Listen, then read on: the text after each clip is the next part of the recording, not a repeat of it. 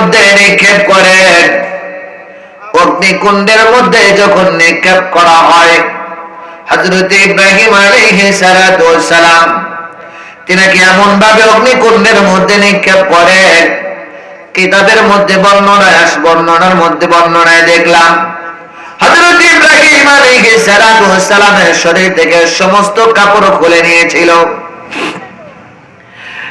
কাপড় ছাড়া হযরত ইব্রাহিম আলাইহিস সালাতু ওয়াস সালামকে অগ্নিকুণ্ডের মধ্যে নিক্ষেপ করেন।